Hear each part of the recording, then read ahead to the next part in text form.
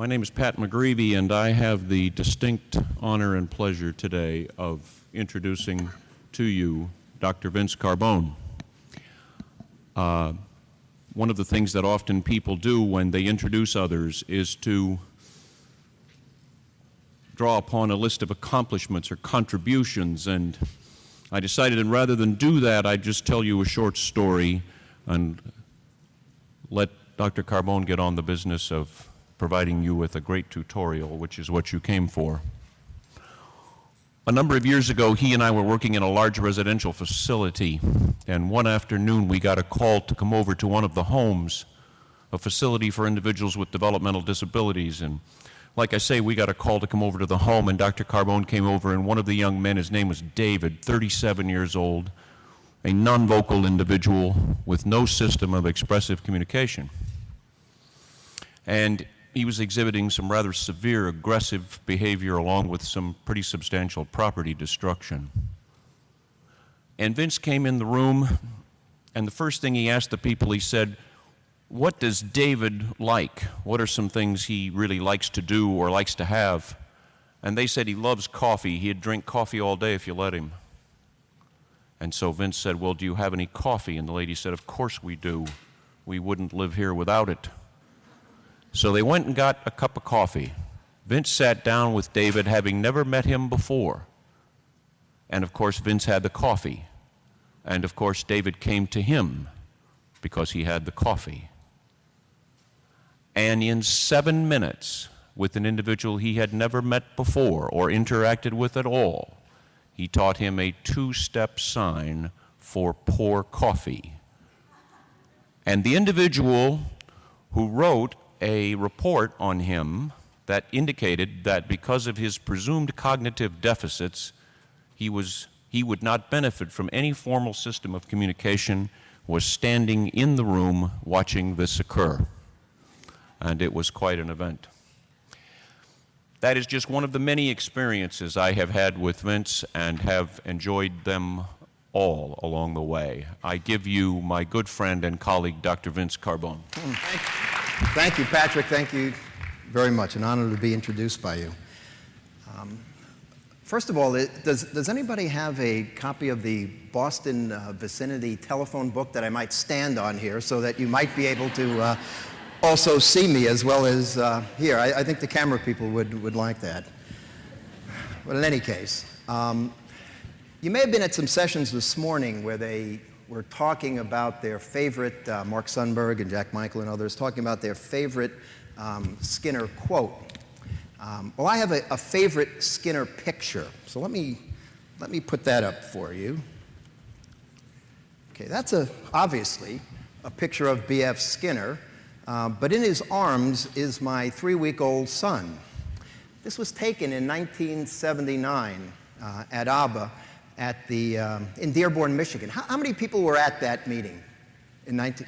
Yeah, it's kind of, the numbers are dwindling, aren't they?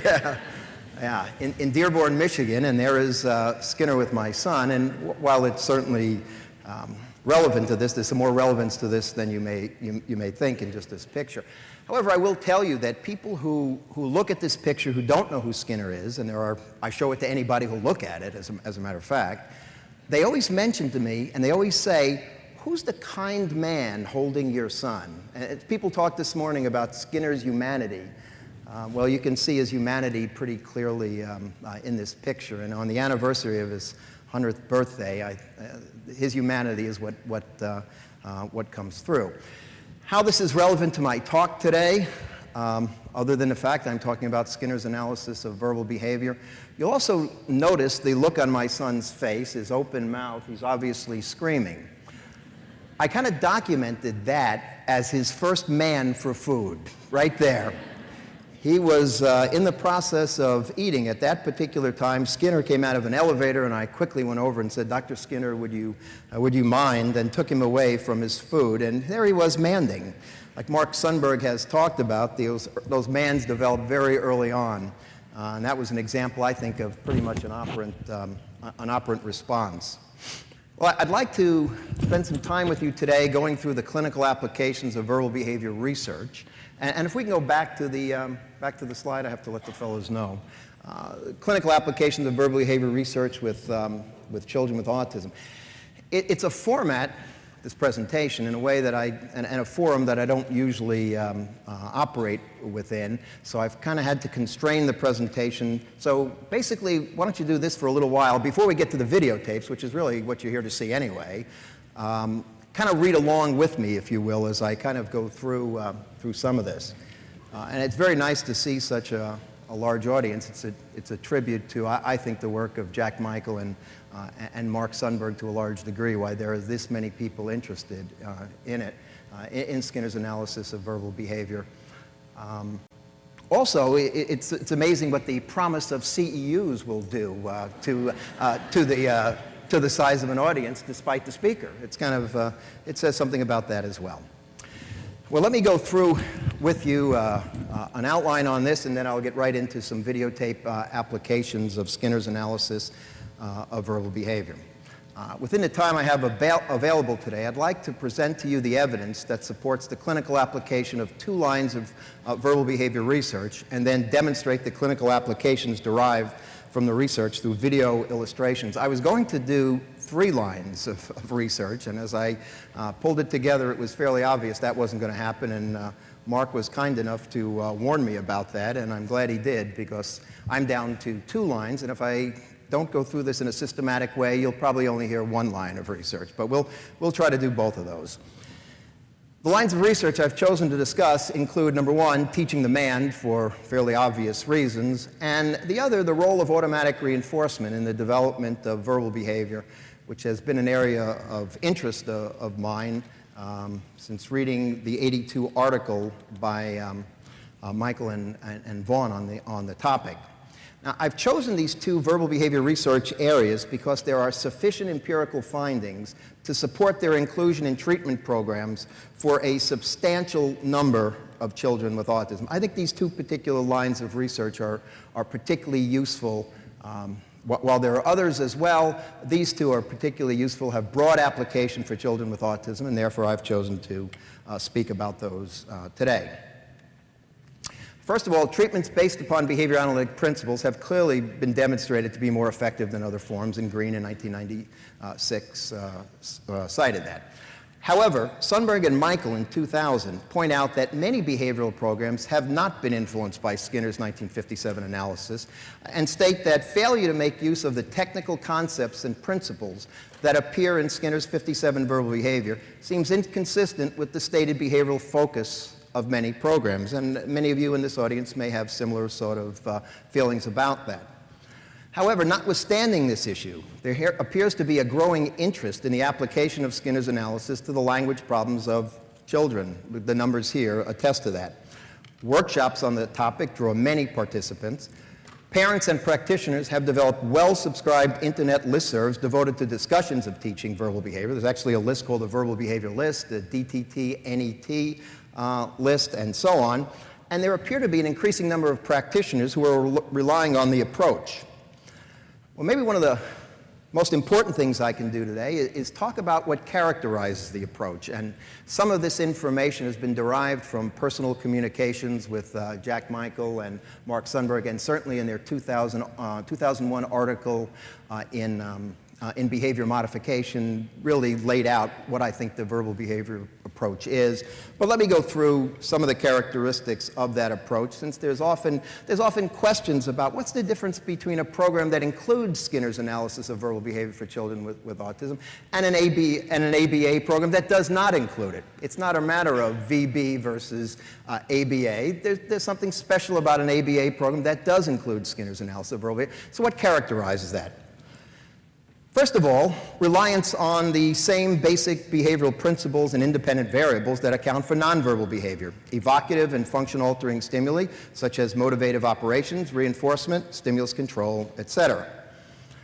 What additionally characterizes it is reliance on B.F. Skinner's 57 definition of verbal behavior as behavior that is reinforced through the mediation of another person's behavior, and therefore differentiates it from nonverbal responding, an important differentiating characteristics of programs that include this analysis.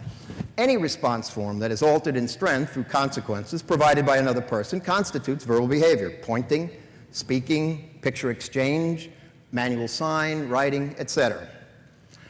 Thirdly, characteristic that differentiates programs that use Skinner's analysis from those that don't, is classification of language that identifies the verbal operant as the unit of analysis, as opposed to the word or sentence, and therefore makes less use of the descriptive terms of ordinary language, such as labels, requests, nouns, verbs, and prepositions, as indicated by Sundberg and Michael. And Mark was quick to point out to me it's not limited use or no use of those terms, but the notion of differentiating between the form of a response as a noun, so to speak, as opposed to the function is the important issue. And that's why the use of those terms may be less useful when talking about it functionally the response, compared to the form of the response. Fourth differentiating characteristic is recognition of the differences in the controlling variables that differentiate one verbal operant from the other, for example, in terms of the elementary verbal operants, the echoic, man, tact, interverbal, etc., and therefore establishes their functional independence. The recognition that these responses are functionally independent, and there's certainly a good line of research that suggests that, and there were many papers presented here at ABA this year that corroborated those previous findings regarding functional independence. This recognition suggests the use of stimulus-controlled transfer procedures that are necessary to teach the multiple meanings of the same response units. And for a complete breakdown of those response units, see Sundberg and Partington, a user-friendly sort of breakdown, as a practical guide to the elementary verbal operants. But the recognition that meaning is not in the word, but is in fact in the variables that control the response, and the basic response unit being the operant, certainly changes what you do in your treatment of children with autism when you're focusing on language training. Fifth, language assessment that measures response units across verbal operants as opposed to the traditional linguistic unit of words and meanings, as pointed out by Sundberg and Michael as well. And finally, and I left out the citation for this, Michael, 1985, and maybe to a lesser degree, as Mark has pointed out, that this issue of the reliance on topography and selection-based verbal behavioral literature to determine alternative methods for communication for non-vocal learners may be an extension of what we know about Skinner's analysis, and to some degree, when we use Skinner's analysis as the gold standard, if you will, for making determinations about alternative methods of communication for non-vocal learners, that line of research and Jack Michael's conceptual analysis of that guides us in ways that are sometimes different than people who don't use that particular analysis. The point is, I think, that many of us who work with children with autism and use applied behavior, we're all using applied behavior analysis. However, adding Skinner's analysis of verbal behavior is probably characterized by those sorts of, those lists, and maybe some others that other people can think about regarding this particular, the training of language. Well, let me now look at the first line of research and clinical applications I've chosen to discuss. First of all, Skinner in 57, and that being the man, defined the man as a verbal operant in which the response is reinforced by a characteristic consequence and is therefore under the functional control of relevant conditions of deprivation or aversive stimulation. So we'll start with that definition. The diagram below shows the controlling variables for the man, and I won't go through that. My guess is many people in the audience are quite familiar with that. But basically, the four-term contingency, the reinforcement being specific to the MO, the response form being controlled by the motivative operation, and so on. For example, when I'm thirsty or deprived of water, only the delivery of water will strengthen the response that produces it. Consequently, any response that produces water through the mediation of another person under these conditions will receive direct and specific reinforcement and is therefore defined as a man. Since the man is the only verbal operant that directly benefits the speaker, it may be the most easily acquired initially and with the greatest functional value to the language disordered child. There are many, many other reasons as well, as I'll try to point out a few of those. And Mark, this morning in his talk, just added to some of those reasons. Man training during initial language teaching of children with autism is particularly important, yet it does not always occur in remedial programs. Instead, receptive language training, echoic training, and labeling drills many times are the focus of many programs. And when people ignore Skinner's analysis of verbal behavior and the characteristics that I described previously, then you might see that kind of difference in programming. Notwithstanding these differences, it's clear that man training can immediately begin to address the specific behavioral deficits of children with autism as diagnosed by the DSM-IV. Definition we all are somewhat familiar with, but as a way of just talking about the constellation of behaviors that are typically associated with the diagnostic criteria for autism, let me give you what those are in my abbreviated and paraphrased sort of way. By definition, children with autism engage in aberrant behaviors which interfere with their learning, first of all. They fail to develop functional communication, and they fail to develop appropriate social responses.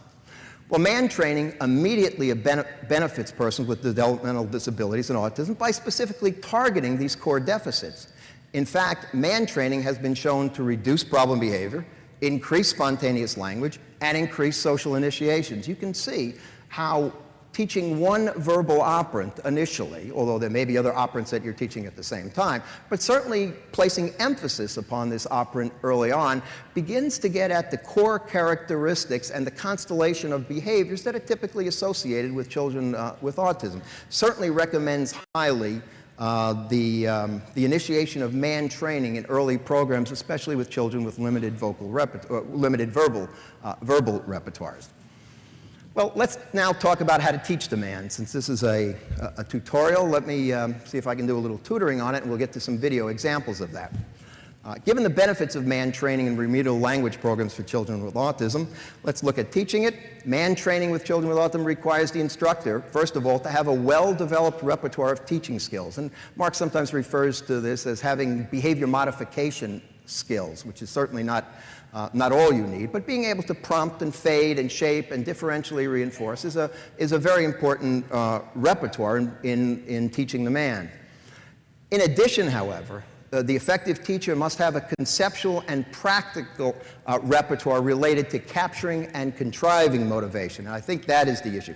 The issue is both practical, in terms of knowing how to actually do it, and conceptual, how to do it when things don't go quite right or don't kind of turn out the way you expect, how you can then rely on a conceptual analysis of what's going on to make a determination as to what you do next. Those repertoires need to be in the effective teacher of the man.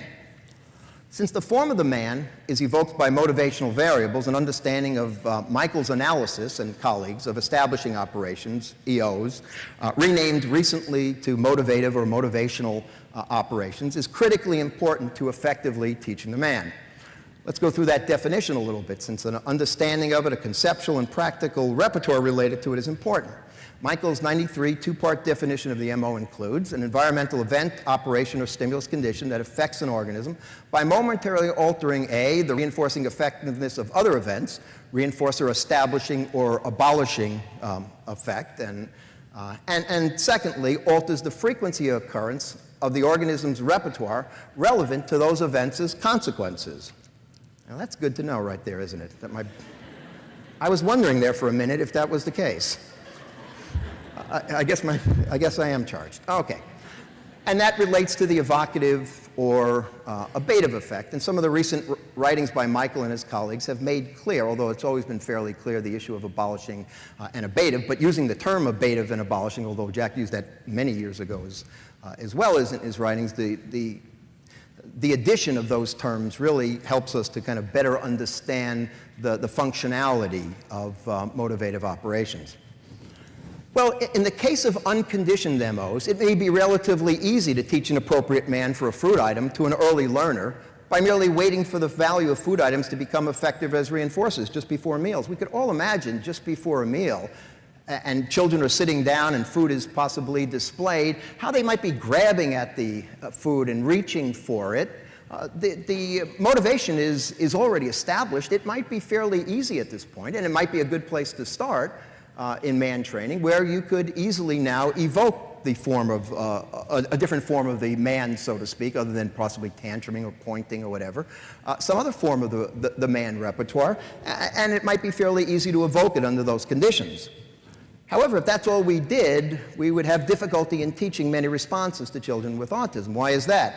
A great deal of language is acquired and maintained by condition reinforcement, and therefore a teaching repertoire related to the first part of the definition, which is reinforcer establishing or abolishing of condition reinforcement, is necessary to teach a broad, varied, and functional man repertoire to children with autism. So knowing how to condition, as you'll see in this in the next slide, knowing how to condition objects, actions, and events as reinforcers is absolutely critical to teaching children with autism. That's where the conceptual and practical repertoire come into place.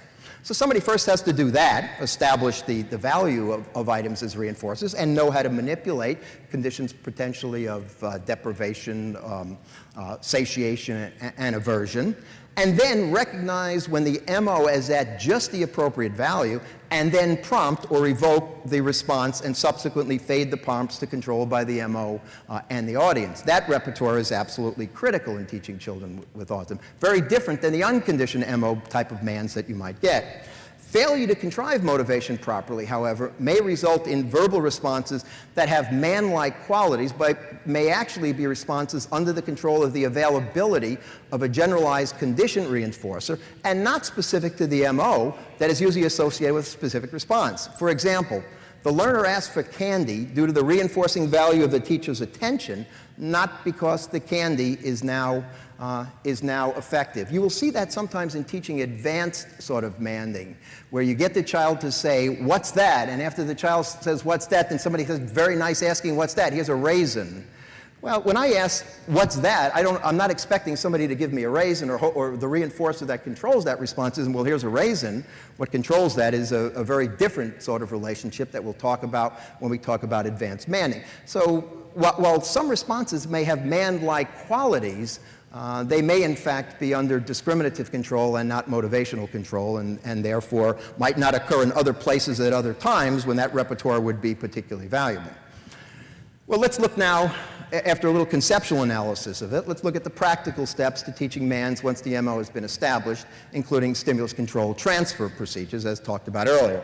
The quick transfer procedure, excuse me, for teaching the man, as recommended by Sundberg and Partington, in maybe it's 97, in any case, includes these steps. For a sign man, for example, the prompt sequence, the stimulus control transfer procedures, might include a physical prompt, a gestural prompt, and a echoic prompt, the item being present, having some discriminative control over the response, and then, of course, to fade all those prompts to the MO and the audience. If you're working with a vocal learner, a child who has a pretty good echoic repertoire, and you can bring it under pretty good stimulus control, you might use a prompt sequence that may include the echoic prompt, the item, and fade also. You notice the intraverbal prompt that has sometimes been recommended, "What do you want?" Is not included in this. I have found, and I think Mark has suggested recently as well, I have found that asking "what do you want" sometimes leads to a fairly restrictive manned repertoire. I had a child in my office not too long ago who her parents indicated she could mand for almost anything, and that was true as long as the item was present. In addition, there was one other controlling variable. You had to say, "What do you want?" If you didn't say, "What do you want?" she would beat you up pretty much to get the reinforcer. She would become very aggressive. As soon as you said, "What do you want?" you would get a vocal response. So clearly that may be an issue to consider in practical application. Okay, let's now take a look at, let me scroll down here a little bit, and let's take a look now at teaching advanced manding. Manning for actions and missing items. Advanced manning allows a learner to more effectively control the social environment. Teaching these skills to children with autism usually requires a sophisticated teacher repertoire related to the manipulation of the relevant MOs. In some cases, the presence of one stimulus may increase the value of a second stimulus. For example, when it is important to retrieve an item from a locked closet, S1, and the key is not to be found, S2, the key is now established as a reinforcer and will evoke behavior that in the past has produced misplaced items, searching, asking somebody where it is, and other forms of the response. Michael in 1993 named this type of independent variable a conditioned EO at the particular time. I've changed over to MO, but a conditioned transitive establishing operation, now MO. The conditioned transitive MO plays an important role in the teaching of children with autism by increasing the number and variety of items that act as reinforcers. This gets to the issue of, well, he only has a few things he really sort of likes. How can I expand his man repertoire? The use of transitive MOs can get at that point and begin to develop a much larger pool of mans that can be taught.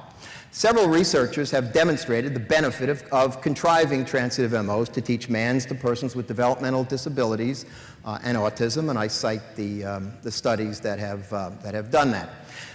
Let's look at some examples of applications of this research with children with autism. I first want you to look at the diagram, however, that illustrates the controlling relations that you will see in the following video. And this may get to the point that Jack Michael was making somewhat this morning about a kind of a molecular analysis of what's going on may be necessary in the repertoire of the teacher in order to be able to contrive these sort of opportunities for mans to occur. For this particular child, Andrew, who you'll see in the next video, seeing a completed picture of a train is effective as reinforcement. He loves to see a completed picture of a train drawn. That establishes the teacher's movements related to drawing of each part of the train as a reinforcer, and in fact, the missing items there will act as reinforcement. As a result, it evokes all responses in the past which have received this form of reinforcement. What you'll see here is Andrew mans for Kathy to draw each part of the train. This little diagram here is what you'll now, pretty much describes what you'll see in this video now. Yeah. The initial teaching of social skills with children with autism often requires the manipulation of relevant motivative operations. Note in the next video clip with Andrew, he's learned to ask for Jimmy and Allison to join him in his favorite activity, swinging in a manner he calls bumpy. They have all kinds of ways of swinging. Swinging in a certain way is effective as a reinforcer for Andrew, which establishes any movement of Jimmy and Allison towards the swing when they're not near the swing as an effective form of reinforcement. In other words, any movement that they make towards the swing when they're far from it, when in fact swinging in a certain way is effective as reinforcement, will in fact evoke all responses in the past, which have basically, if you want to put it in a fairly technical way, decreased the distance between Andrew and the swing and Jimmy and Allison, and therefore Andrew mans by saying, "Come on, Jimmy, Allison, bumpy."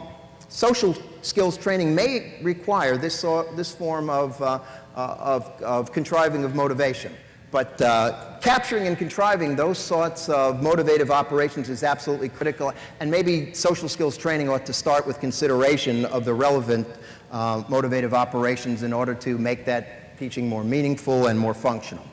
Let's look now at a more advanced form of manding, and that's manding for information. Skinner states, a question is a mand which specifies verbal action. In other words, there are stimulus conditions on which a verbal response information has been established as a reinforcer and therefore evokes a question, a mand, the answer, the verbal action, to which in the past has produced some form of reinforcement, usually more effective action by the asker. For example, if my hat becomes valuable as a piece of warm clothing, S1, and I discover that it is not to be found in its usual place, S2, then information about its location will be established as a reinforcer and therefore may evoke the response, "Where is my hat?" since that response has previously produced information that directed me to my hat when it had reinforcing value. Sundberg in 2002 in the analysis of verbal behavior demonstrated that mans for information regarding location and specific information about a person could be taught to children with autism by manipulating transitive establishing operations, or MO.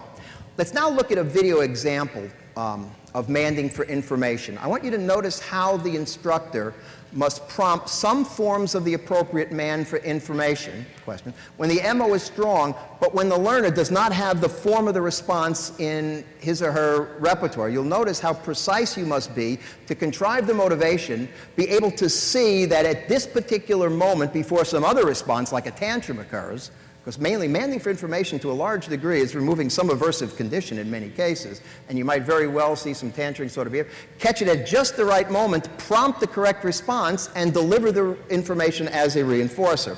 As you watch the video, I want you to follow along with the diagram I've put together that's just below. Most of you have a handout. If you don't, I'll just describe it very quickly here. In this video, you will hear Diego and see him manned for the information with responses why, where, how, which, and who. Notice the complex arrangement of motivational conditions that are necessary to evoke the responses and the precise timing of the prompts to teach those responses. Let's look at this diagram. I won't go through all of the examples, but we've pretty much set up this manning for information in a chain sort of way. Let's take a look at it.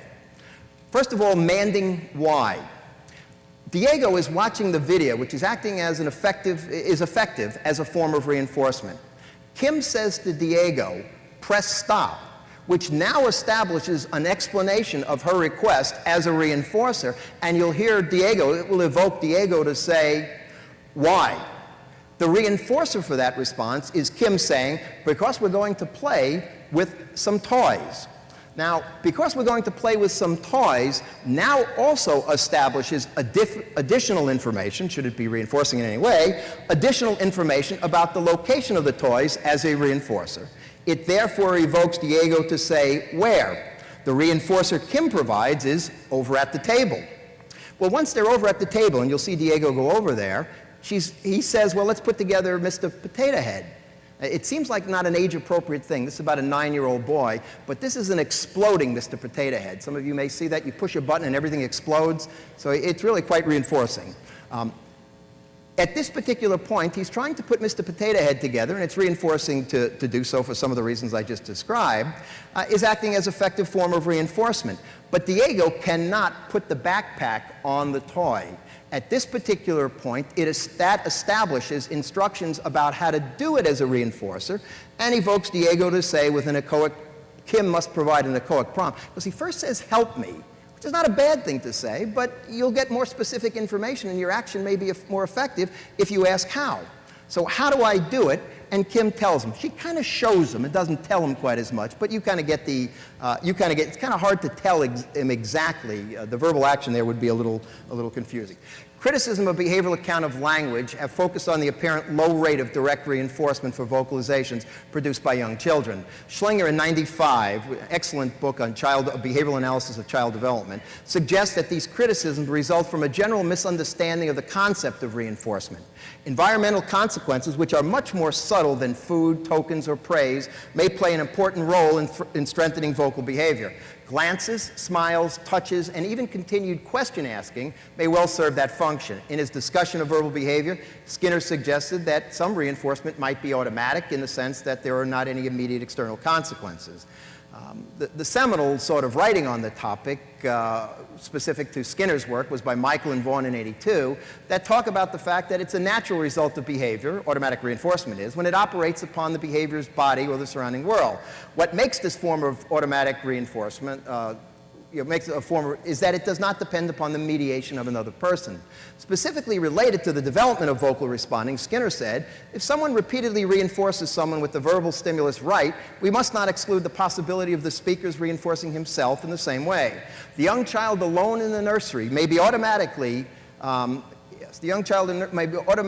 reinforcing his own exploratory vocal behavior when he produces sounds he's heard in the speech of others. This two-step process may play a significant role in the development of language of many young children. Two-step process is this, and then I'll skip ahead a little bit. The speech sounds and words heard by young children are frequently conditioned as reinforcers by correlation with parent positive reinforcers, caresses, food, so on. Subsequent production of these sounds by the child is strengthened by the product of his or her verbal behavior in the form of auditory stimuli. The closer the sound production matches the sounds that have been conditioned as reinforcers, the greater the reinforcement. Schlinger states that automatic reinforcement is a plausible process and observable and testable, and Dave Palmer has written extensively on this, especially as it relates to more complex verbal behavior. The auditory feedback from one's speech can play a special role for a speaker who's become a competent listener. And I give you a kind of a diagram here about how this sort of this develops. There have been several studies, and I'll kind of paraphrase here and go to some video. There have been several studies that have verified. There's a nice line of research on this. It may not be all we need, certainly, but a nice line of research, some done by Mark Sundberg, by Yoon, and then by Jack Michael and Caio Miguel on this sort of process by which they were able to produce vocalizations in children that were never directly reinforced, but were reinforced through this two-step stimulus-stimulus pairing process. In 2002, Miguel et al. Suggest that further demonstration of the practical benefits combined with direct reinforcement will be necessary for wide-scale adoption. Well, what we've done in our clinical practice is to do just that. We've taken children who have had very little babbling responses and hardly any phonemes, consonant vowel combinations. We've then presented those as neutral stimuli, paired them with the delivery of reinforcement, and at the same time, once the response begins to occur through an automatic reinforcement sort of process, then we purposefully begin to bring it under man control, if you will, or basically motivational control, by then reinforcing directly. I think the notion that automatic reinforcement works, so to speak, and this two-step process works, we can now take advantage of it. And now what we do is we can shape up more and more sounds through this process. Let's take a look real quickly at a 20-month-old boy with autism, who we began this process with. It'll probably take me about 5 minutes to do it, and I'll be done with it. Let's take a look at what this looks like. Ka. Ka. This is a boy by the name of James, okay? He's sitting there in a beanbag, looks like a king, doesn't he? He's 19 months old. We're saying ka, ka. His babbling is very low. He has 5 consonant vowels that we hear. He mans, let me back up. He produces babbling responses at a very, very low rate. There's only 5 consonant vowel combinations he makes, 1 vowel sound, and they all occur at a very low rate. In fact, the highest number of actual responses we heard was 43 in a 3-hour period. This guy had very little verbal behavior, certainly not under any stimulus control, and was not producing a lot of sounds. Let's watch. You'll see here, when we present ka, you're not going to hear anything here. You'll hear some sounds, but it won't be ka. Ka. Ka. Ka. Now that's a fairly atypical reinforcer there. I mean, he's flashing cards, that's the reinforcer. The flashing of the cards, actually, we had already shown that that would act as a reinforcer. Ka. Ka. Ka. And now giving the cards the opportunity to play with it as a reinforcer. Ka. Watch what happens next. Ka. Dumping those toys on him was a reinforcer. Ka. Yeah. Ka.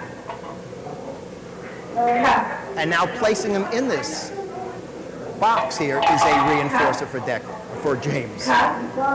Ka. All right, let me fast forward to the next clip. We were getting some sounds, but it wasn't ka. Listen here now. This is hundreds of trials later. Listen to ka coming under echoic control and then ultimately turns into a man, as you'll see. Ka. Ka. That's a reinforcer. Ka. There it is. Hundreds of trials later. But only several days. He loved putting things in here. Listen. Other sounds. There it is. Now she's also delivering it. Many of the studies actually did not include this process so as to not adventitiously reinforce it and turn it into a man. We purposely did that. The literature is pretty well established that we're going to now reinforce it directly as well. Ka. Ka. There he goes.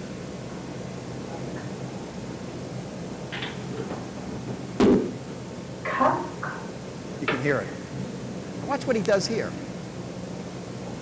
That's the reinforcer. Getting the item. Ka. Puts it in. Fast forward right here a little bit. Sticking your tongue out was a reinforcer as well. Now watch what he does here. There it occurred without the echoic stimulus. It's a man now.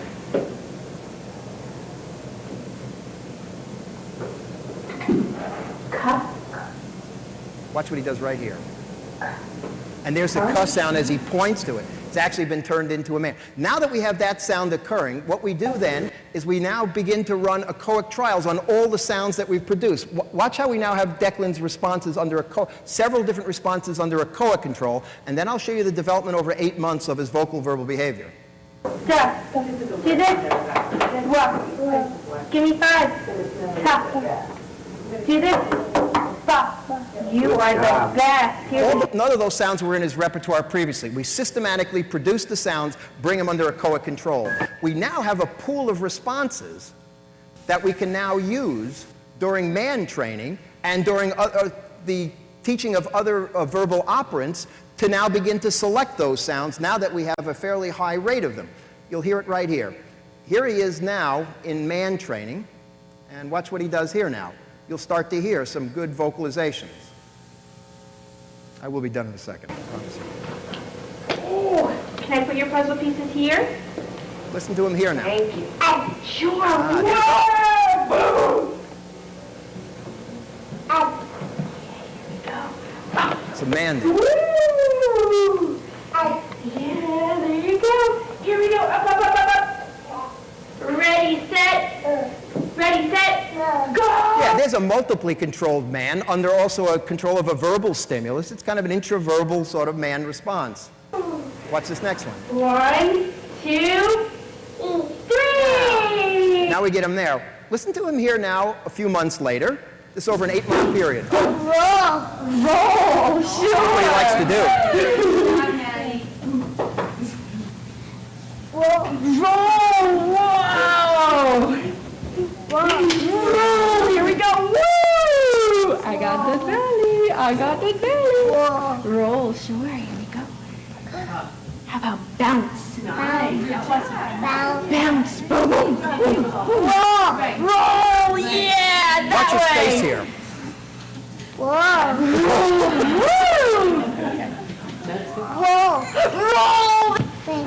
There he's doing some man. We did some sign training with him as well. Now let's listen to him several months later. Listen to his manned repertoire now. Remember, this is a guy that had 5 different sounds at 19 months. The rate was very, very low. We heard 46 in a 3-hour period, consistent over 6 days in our initial baseline. And take a look now. Listen to his man several months later now. Monkey. Monkey, right? What does a monkey say? Way to go! And what's this one? Bird. It's a bird. Here's the bird. That's okay. Put the bird in the puzzle. Teet, teet. Tweet, tweet, you're right. Lion. Lion. Lion. Good job. Wait. There he goes. Where does he go? Here. That's right, put him there. This is a hard one, Declan. This is a leopard. Leopard. Good. Leopard. Notice That's how right, strong that's a that leopard. response is now about 6 months later. Let me show you him a couple more months later in a tacting repertoire now. This is a guy that just didn't produce any sound. Listen to him here. This is what he sounded like just a few weeks ago after 8 months of man, tact, and basically automatic reinforcement procedures. Bed. Toilet. Tiger. Okay. That's a square. Cupcake. Ball. Let me tell you a quick anecdote. I have data on this, so I'll flow it up in just a second for you to take a look. His mother, in one of our final meetings, moving on to some other settings that would be appropriate for him, she said to us, "Thank you for teaching my child to talk." And I just said, "Well, we're glad we could do it." And she said, "You know, I'm absolutely convinced it was that automatic reinforcement procedure." Now, this is completely anecdotal. I don't have a I have a control study on the development of the sounds. I don't have a control study on every independent variable, so to speak, and manipulate it. But she said, "I was absolutely convinced that you made my child enjoy the sound of his own voice." He enjoyed the sound of his own voice, and as a result, it was just reinforcing to hear it. And then when you brought in the manding, now he enjoyed that, and now his voice was reinforcing just in and of itself other play. She would hear him walking around saying all these sounds that she had never heard before after the work we had done. And I think It's also pretty nice to just hear a mom talk about automatic reinforcement in a very technical sort of way. I'll just quickly just show you. This is some of Declan's data. I don't have a chance to go into it. You can see his baseline rate of da and gu are very, very low. Pairing and direct reinforcement, you see the change quite clearly. We went to a reversal, you can see, and basically we produced a change in the repertoire. Why wasn't it occurring there? Because remember, by now it's a man during the pairing and direct. We stopped reinforcing it, a few hits, but then it drops off pretty quickly. But we didn't stop reinforcing the behavior. We brought it over to an echoic, so we maintained it. We weren't maintaining the sounds as a man at this particular point. We were maintaining it as an echoic. Last point I just want to make, and then we'll call it a day. And I'm sorry for running over just a little bit, but I hope that point.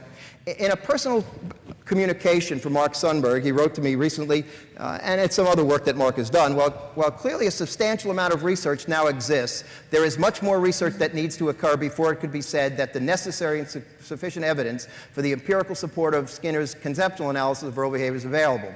Given the empirical evidence, however, and these are my words, that we currently have in support of Skinner's 1957 analysis, it appears that practitioners who provide services to children with autism have an obligation to develop a repertoire related to teaching verbal behavior.